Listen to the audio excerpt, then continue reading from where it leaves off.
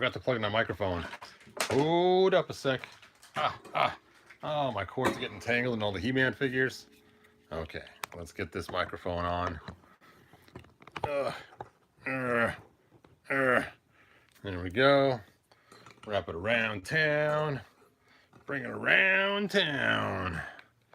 Plug it on in. All right. Hopefully, there we go. Hopefully it sounds better for those that are listening. And we are going to talk about this Mutant Warrior and why. Hey, Jason, thanks for joining us.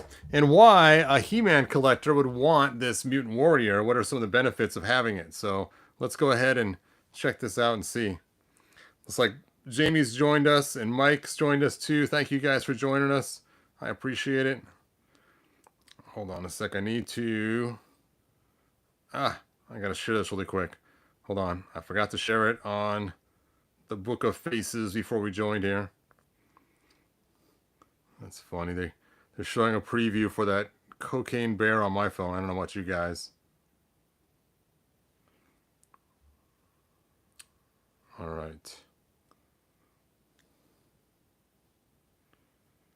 Publish. It's publishing. Hey, Jeff. Thanks for joining us. A lot of people getting on here really fast. That's cool. Publish to Facebook. Go. I don't know why it sits there and freezes for a while I'm monkeying with it. There we go. Now it's published. Let's go ahead and get back to the video. Come on, open up. There we go. All right. So now I can see your guys' comments. Hey, John. Thanks for joining us. So, I went and got a few of these, and I bought spare parts from other people too. And there's a reason why this figure is a cool figure to have if you're a Masters of the Universe collector. For one, he is the same height as a lot of the classics of the classics Masters of the Universe figures are. So that is cool. A lot of the same body parts. Some things are different though, and there is some other cool parts to go along with this guy. Now this guy came with the Batman Dark Knight series. And you could take pieces from all these figures and build yourself a Doomsday. And so there you go. It's funny, I actually have 3 of these. So 4 of these. I just don't have these 2. I guess I could have built this at one time just about, but I didn't. Oh well, I did use the head though to make a cool custom one time though. So that was kind of fun. But I have the most awesome Doomsday they ever made that was released on Matty Collector. So I have no need for another Doomsday. Anyway. So here is a Mutant Leader, and he beat up Batman pretty fierce in the cartoon, and then the new Robin came to his rescue to save him, and kind of an interesting, fun story there. So let's go ahead and bust this thing open and talk about articulation, and then talk about what is good to use for the Classics line, how it all fits into play.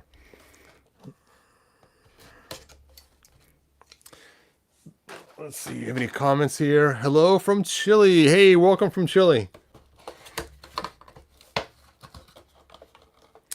Hey, Imperial, thanks for joining us. It's funny, the Doomsday part is the heavy. I can just feel it come out of the package like this. Because his arm is so heavy. Now, the bad part about buying a bunch of these figures is you get a whole bunch of these arms. And it is a pretty big, beefy, heavy arm. And I really don't have a lot of use for a whole bunch of, what is that, left arms. And you can only have so many left arms. I don't know where they're all at right now. I probably sold them or got rid of them at some point. But now I got another one. So let's take a look at the figure. And then we'll talk about the cool possibilities. So I'll get Spare Parts Man down here so you guys can see comparison-wise. So next to Spare Parts Man, he's about the same height. So there you go. That's one big cool feature. It's hard to find DC figures that are truly the same height as our Masters of the Universe Classics figures. If you take a look, he has a lot of the same type of build and parts as our Classics figures. Now, where it gets different is these shoulders right here. Now, I've seen someone use this to make a custom He-Man because they wanted a custom He-Man with giant trapezoid shoulders up there.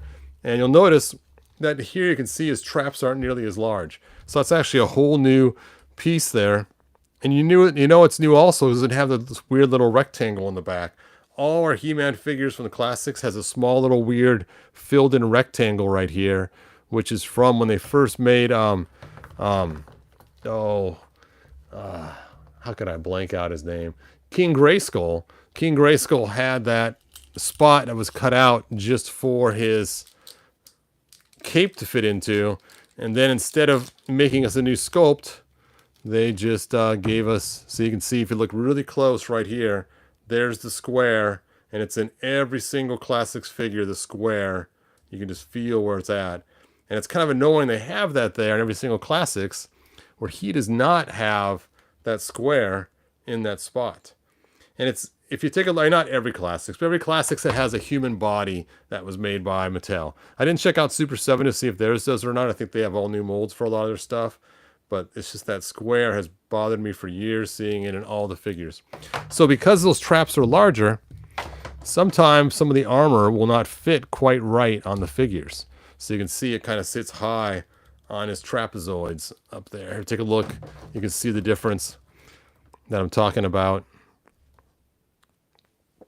And so this muscle way up here is just monstrous on the mutant.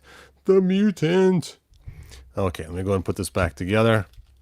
See, you guys may not have known about that square. Now it's going to bother you forever. Forever when you take a look and see it on your figures too.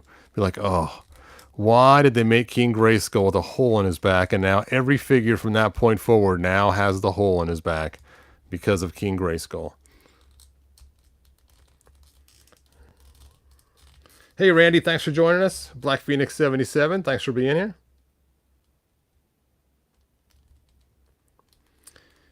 Yes, this guy would be great for Lodar. You are correct. So, I'll do the armor later.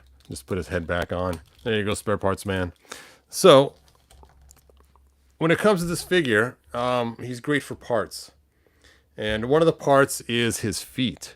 His feet, at first glance, you're like, what would you want with those crankety old toes and feet like that? Let me show you. Hold on a sec. Let me grab out some figures from the past, from the 2000X era. And I want you to notice good old Skeletor. Good old Skeletor, he has craggedy old bare feet, very similar to that of the Mutant Warrior. So, I usually use the Mutant Warrior's feet to create custom 2000X Skeletors. In fact, this right here is actually the Mutant Warrior's feet put right on to this Classics figure. And there you go. Mutant Leader. Sorry. Mutant Warrior. Mutant Leader. Anyway, and you can see I literally just used his feet and painted them. If you look in the hole in the bottom, you can see it's still skin tone in some spots where it kind of got scraped off or where I didn't quite get enough paint in there. So that actually is the Mutant Warrior's feet. Now you do have to alter them a little bit to make them work for classics. A little bit of drilling here, a little bit of drilling there with the Dremel tool, but no big deal. So there you go. That is some cool uses for him. One, if you want to make a beefier He-Man body with big old trapezoids, if you want to do a Lodar like somebody said, or if you want to use the feet for your 2000X Skeletor custom. Now, another cool feature about this is he has some cool accessories which you will not find in other figures. And one is the crowbar. Now, a crowbar may seem like, well, that's no big deal. I've actually printed crowbars before, and the printed crowbars sometimes snap because they get kind of weak right here. But these are pretty strong because they are made in the factory of crowbars. And why I like the crowbar is I use it for this right here. Dun dun dun dun dun dun dun. And you can see here is the crowbar that I usually use with this. And when I close it, boop, I can jam the crowbar in and pry it apart. Have Man-at-Arms pretend to pry it apart or whatever, and get inside of the tomb. And it's kind of fun to show for the for the graphic to shove Man-at-Arms, crowbarring it up. I guess it goes this way for more fulcrum power. More fulcrum power! So there you go. It is great for popping open the sarcophagus to reveal Wrap trap. Wrap trap. So that's kind of cool too. So that's why I like it. And another thing is if you, oops, oh, almost blew it. Without the crowbar, I put this in here so I can open it back up. Just in case it gets stuck. You know, I should turn it this way instead so I have more to yank on to get it back out of there.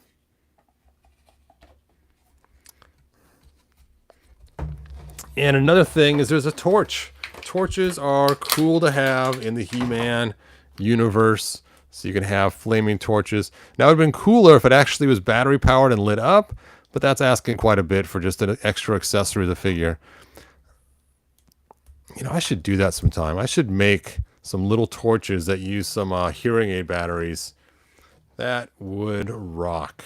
I could have these guys carrying around their torches all over the place that actually light up. But for not lit up, just pictures, it looks pretty cool. Mattel can't afford that, Todd.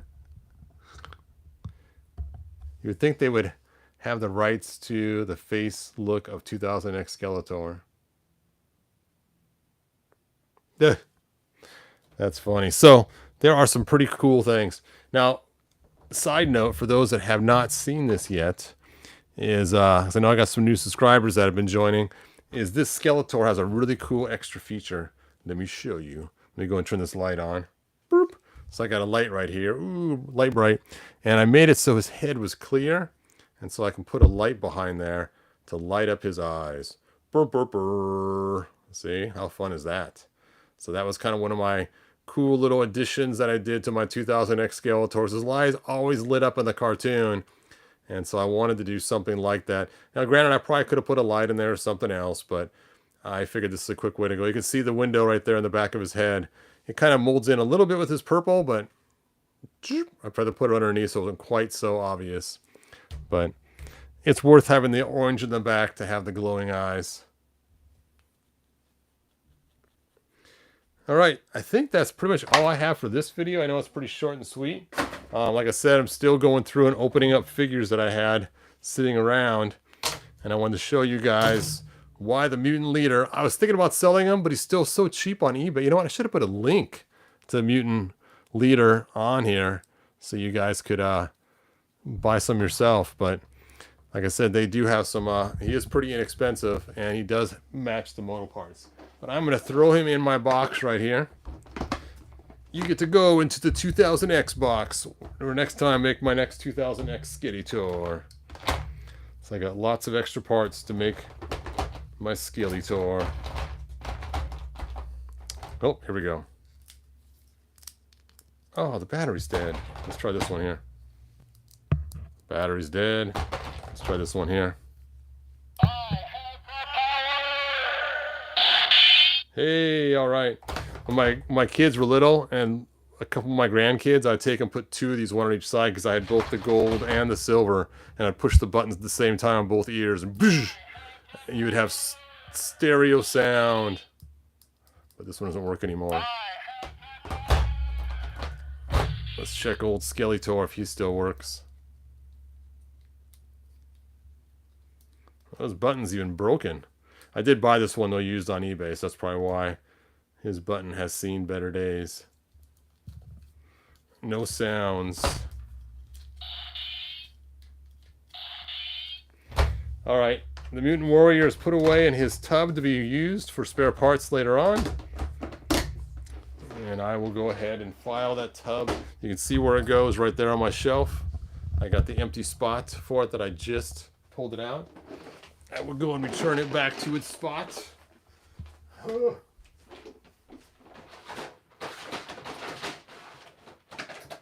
we go, it's back in place. All right. Trying to get things neat and tidy. All right, let's see what else you guys have. Mutant Leader can be like disarmed like Lobo, or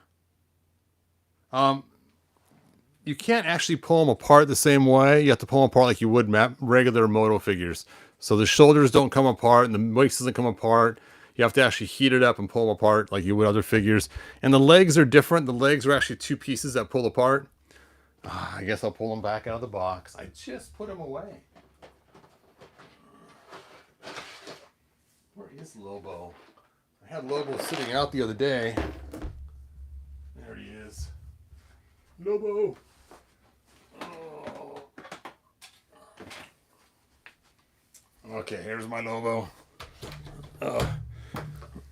Since Lobo is a Build-A-Figure, it's different because they actually had to make sure that he could come all the way apart in order to fit into the boxes. Since the Mutant Warrior is not a Build-A-Figure, he does not come apart the same way as Lobo does. So let me go ahead and set Lobo over there. And let's pull out the Mutant Warrior. Now, normally with Masters of the Universe legs, you just heat them up and pull them off. But look really close, and you can see a seam down this leg. These legs are hard plastic, and you have to actually crack them apart to get them off and on, I believe. I haven't really tried much to get the legs with these, but I've seen people online try to remove the legs. For me, I just steal the feet. I had so many of these that were footless, it was ridiculous. And then I used the head one time to try to make oh, what is his name? Now it's evading me. Skeletor. That's right. All right. Yes, the main man. Now this is actually my second Lobo. I have another Lobo too, but I needed his head for a custom, and so I had to buy another one. And so this is the extra head, and I just thought I'd throw him on this speeder bike. I know it's not the bike he usually uses, but who can tell me what toy series this cool bike is from? We'll see who here can guess. It does shoot these cool balls out with a string so that they can catch someone by their feet. Oop, oop, oop. I'm knocking stuff over.